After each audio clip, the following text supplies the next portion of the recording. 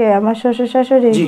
আমার শ্বশুর শাশুড়ি আমাকে জবাব দেয়, মা তোমারে আমি চাই আনছি। আমার শ্বশুরও কয় যদিও হয় এরকম সম্পর্ক করে থাকে আমরা জীবিত থাকতে আমাদের বাড়িতে উড়াইতে পারবো না, আমরা তোরে চাই চিনতে আনছি, পাশে হলে আমরা আনছি, তোরা যদি ও ভাত নাও খাবায় আমি দরকার হলে, আমার শাশুড়ি বলতেছে আমি দরকার হলে তোরে ভিক্ষা করে খাবো, মানুষের দরজায় রেখে খাবো, এরপরও তো আমরা তোরে দিব না, এরপরও আমরা তোরে করবো না। তখন আমার শাশুড়ি আমারে বলতেছে এই কথাটা। তো আপনি স্ত্রী হিসাবে আপনার স্বামীকে মানে কন্ট্রোলে আনার চেষ্টা করেছিলেন যে কোনোভাবে, যে কোনোভাবে? হ্যাঁ, আমি বহুত কন্ট্রোলে করতো, কিন্তু ওর কন্ট্রোলে আনতে চেষ্টা করলে ওর ভাইয়ের হাতে ফোন দেওয়ায়, ও ফোন দেয়, বেড়া মানুষের মন কতক্ষণ ঠিক থাকে। তখন যদি নাম্বার ব্ল্যাক লিস্টে ফেলায় এক নম্বরে না এক নম্বরে থেকে ফোন দিতেই থাকে। কয়দিন আমি ফোন ধরছি আর আমি কি বেয়াদব মেয়ে তুই যে ফোন দিস, আমার অনেক গালাগালি করতো, অনেক করতো, আমার অনেক বকাবাদ মাইয়ে দিচ্ছে, অনেক দিন আমি ফোন ধরছি, অনেক দিন আমি করছি, আমার অনেক ধরনের কথাবার্তা বলছে। তাহলে আপনি আপনার কথার পরিপ্রেক্ষিতে আমরা যেটি এখন বুঝতে পারলাম, আপনারা যেটি অভিযোগ এনেছিলেন যে টাকা পয়সার একটি লেনদেনে তাকে হত্যা করা হয়েছে, হ্যাঁ, কিন্তু এখন আপনার কথা আমরা বুঝতে পারলাম যে পরকীয়া রিলেটেড তাকে হত্যা করা হয়েছে। এখন কোনটা সত্য? টাকা গেছে ওনার বাড়িতে টাকা লেগে, আর কিন্তু সম্পর্ক লইয়া বেশিরভাগ আমার জানা পথে সম্পর্ক লইয়া হ্যাঁ গো, দুদিন বিদে একদিন বিদে দোনোজনের মাধ্যমে বন্ধুত্ব হিসাবে দোনোজনের মাধ্যমে ওই মেয়েটারে নিয়ে ঝগড়া হইতো, বেশিরভাগ ওই মেয়েটারে নিয়ে খুব ঝগড়া হইতো। মনির আব্বুর সাথে যখন ওই মেয়ে পোল্ট্রি নিয়ে নিয়ে কথা বলতো না, তখন ওই শাহাদাতের সাথে আবার ওই মেয়ের সাথে ভালো সম্পর্ক ছিল, তখন ওই মনির আব্বু আবার শাহাদাতের ওরকম নিয়ে আর কি করতো আর কি, মেয়েটার ব্যাপার নিয়ে অনেক করতো যে তুই গেল এমন করস এমন করস, অনেক করতো। আমার সামনে অত 2 দিন হে শাহাদাতের করলো, দেখ তুই এর সাথে কথা বলো, স্যার বাবার সাথে ভালো সম্পর্ক, এই অবস্থা করতো আর কি। তাহলে মানে পরকীয়া রিলেটেড এবং টাকা আর ওই মেয়েটা, এই দুইটার ভিতরে দুইটার কারণে তাকে এভাবে হত্যা করা হয়েছে। কারণ আমার কাছে কইছে হের কাছে টাকা পানা, আর হের লাগে যেন ওই মেয়েটার ব্যাপারে কইতো, সেটা আমি কিন্তু জানতাম। হেও আমার নিজ মুখে কইছে, সেও আমার শাহাদাতও আমার নিজ মুখে বলছে যে ভাবি দেখেন আমি ওর সাথে কথা বলি নাই, ভাই কইতেছে নাকি আমি ওর সাথে কথা বলি, ওর সাথে করি, ভাই আমারে শুধু সন্দেহ করে, শুধু করে, শুধু এই মেয়েটারে নিয়ে আমারে ভাই অনেক ঝামেলা করে। আমি আপনার কাছে আরেকটু কথা জানতে চাইবো, এই যে আপনাদের স্বামী স্ত্রীর মধ্যে এত কিছু হয়েছে, অনেক সময় মেয়েদের বুক ফাটে তবু মুখ ফাটে না, আপনি কি আপনার বাবা মাকে কখনো এগুলো জানিয়েছেন কিনা? না, তখন আমার বাবা মা কেউ জানে না, শুধু আমি আমার একটা বোনের কাছে শেয়ার করতাম। তা আমি যদি আফুর কাছে কইতাম, হেও যে আবার আমার আফুর কাছে বিচার দিত যে আপু দেখেন একে যেন এমন করে, আমি ওরকম কিছু যদি হইতো আমি আমার বাপ মাও মানতাম না, আমি কারো ঘরে মানতাম না, আমি তো ওরা বাড়িতে আনতাম, এটা ভাড়াটা বাড়িয়ে তো করে নিছে, হে এমন করে আফুর সাথে সবসময় হেও শেয়ার করতো আমিও করতাম, কিন্তু আমার বাবা মা কারো কাছে বা কোনো একটা পাড়াপড়শির কাছে আমি জানাইতাম না, কারো কাছে করতাম না, শুধু ওটা আমি ভিতরে কথা শুধু আমার শাশুড়ি, শ্বশুর শাশুড়ি আর একটা আমার বোনে জানতো, আর কেউ জানতো না। আচ্ছা, এখন আপনার স্বামী দুনিয়াতে নেই, আপনার সন্তান এতিম হয়েছে, আপনি বিধবা হয়েছেন অল্প বয়সে, আপনার বয়স কত? বলতে পারবো না আমি। আনুমানিক বলতে পারবেন না? না। আমরা ধরে নিব আপনার যেহেতু 4 বছর আগে বিয়ে হয়েছে, একটি সন্তান রয়েছে, 20 থেকে 22 হবে না বেশি হবে? আমি বলতে পারবো না। আচ্ছা, তো এই অল্প বয়সে বিধবা হলেন, আপনার বাচ্চা এতিম হলো, স্বামী হারালেন। আমার স্বামী তো স্ব-ইচ্ছাতে মরে নাই, আমার স্বামীরা তো ষড়যন্ত্রণা করি এমন করছে। আমার স্বামী যদি আজকে স্ব-ইচ্ছাতে মরতো তখন না বলতাম যে আমার কপালটা খারাপ, স্ব-ইচ্ছাতে ও একটা অসুখে বা বিসুখে যা কোনো একটা কিছুতে মারা গেছে।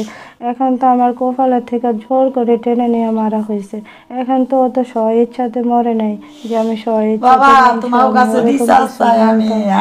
ওরকম কিছু বলতাম। ওনারা তো জোর করে নিয়ে মারা হয়েছে, উনি তো স্ব-ইচ্ছাতে মরে নাই। এখন আপনার স্বামীকে ষড়যন্ত্র করে মারা হয়েছে, কতজন ছিল তারা কতজন ছিল? আপনি মামলা করেছেন কতজনের নামে?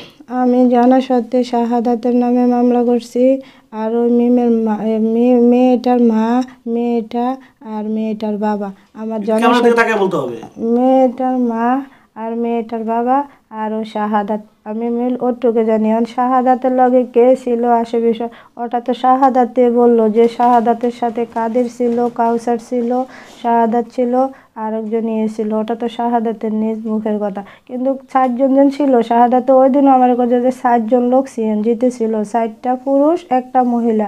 কিন্তু কাদিরের মহিলাটার কথা আমার কাছে শিকার যায় নাই এখন পর্যন্ত, কিন্তু মহিলাটার কথা কয় নাই। কিন্তু খেয়ে আমার কাছে কইছে যে একটা মহিলা ছিল। তাহলে ঠিকই হেরাই ফেলেনটা নিছে, মহিলাটা দিয়ে হেরা এমন করছে। কাদিরে আমার কাছে নিজ মুখে শাহাদাতের নিজ মুখে আমারে বলছে যে একটা মহিলা সিএনজিতে ছিল, 4টা পুরুষ ছিল। তো 4টার মধ্যে তাহলে হে তো করলো যে কাদির কাউসার আর হে আর একটা কি মহিলার কথা তো হে এখনো কয় নাই। মহিলা তাহলে ওই মহিলা ছিল, হে কিন্তু এখনো কয় না। আমার কাছে স্বীকার গেছে যে একটা মহিলা ছিল।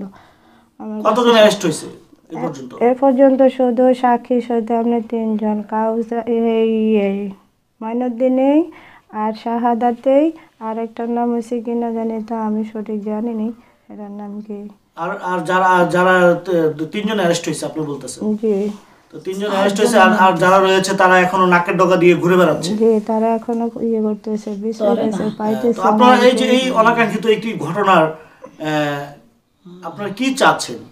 আমি শুধু চাচ্ছি আমার স্বামীর খুনের বদল খুন। ও যে বলতেছে ওই 6জন, আমি ওই 6জন কাউকে তো চিনি না। মেন ঘটনায় তো হচ্ছে শাহাদাতকে নিয়ে। আমি চাই শাহাদাতের, আমার স্বামী যেভাবে মরছে আমি চাই শাহাদাতের আমি ওইভাবে ইয়ে করতাম। আমি তো কাদেরকে এই কে সেই কে হ্যাঁ, তো এটি তো ষড়যন্ত্রণা করছে আপনার শাহাদাতে। তো ওটার বিচার হবে ঠিক আছে, তবে কিন্তু মেইনই তো হয়েছে আপনি শাহাদাতের আমি ফাঁসির হুকুম আগে চাই। তারপরে ওই 7জনের বিচার, শাহাদাত আর মিম এই নিয়ে দ্বন্দ্বটা হয়েছে। আমি ওদের আর কি উচিত বিচার আগে চাই, শাহাদাতের আর মিমের ফাঁসি চাই।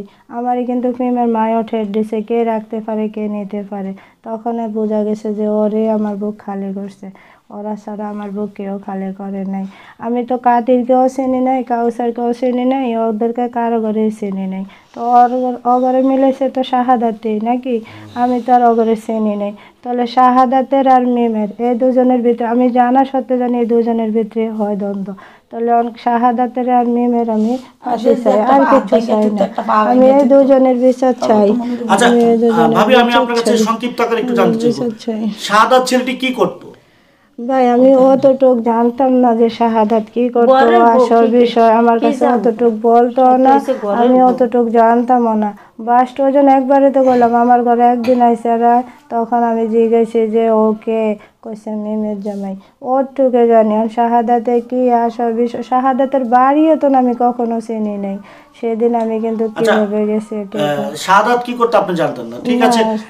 আপনার স্বামী কি করতো, আপনার স্বামী সেটা আপনি জানতেন? ওই যে ঢাকা জানে ঢাকা দোকান আছে, যে মতিঝিল আছে না, ঢাকা মতিঝিল কম্পিউটারের দোকান আছে।